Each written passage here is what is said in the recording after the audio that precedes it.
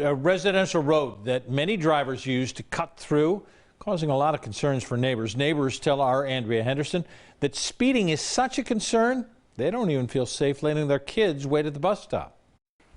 Yeah, the street is Red Coach Lane, which is near the Reynoldsburg area. It's in a neighborhood where parents, they like to play outside with their young kids, and a lot of those bus stops line the road. So neighbors tell me they're just frustrated that drivers have a total disregard for the families who live there. You worry about the worst that could happen, so that's not a cool thing. It's every parent's worst nightmare, the thought of your child getting hurt.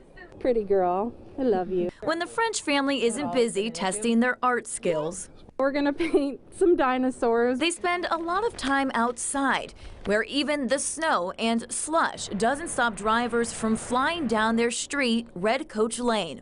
Gotta constantly monitor them whenever we're on walks and make sure that they're not getting anywhere near the road. Even parents with older children are worried. They tell me they don't even like letting them walk to the bus stop on their own out of fear they might get hit.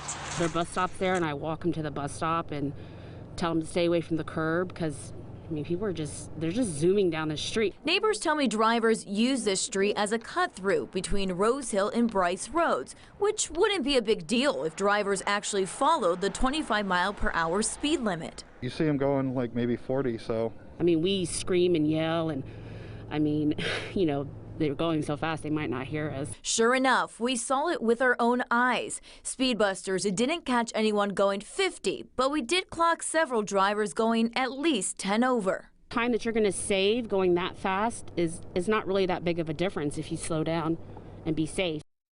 And the area has racked up nearly a dozen traffic complaints to police since July of last year. An officer has been assigned to look into each of those 311 complaints, but neighbors tell me they haven't seen a ton of enforcement. They do think a little bit of police presence could go a long way.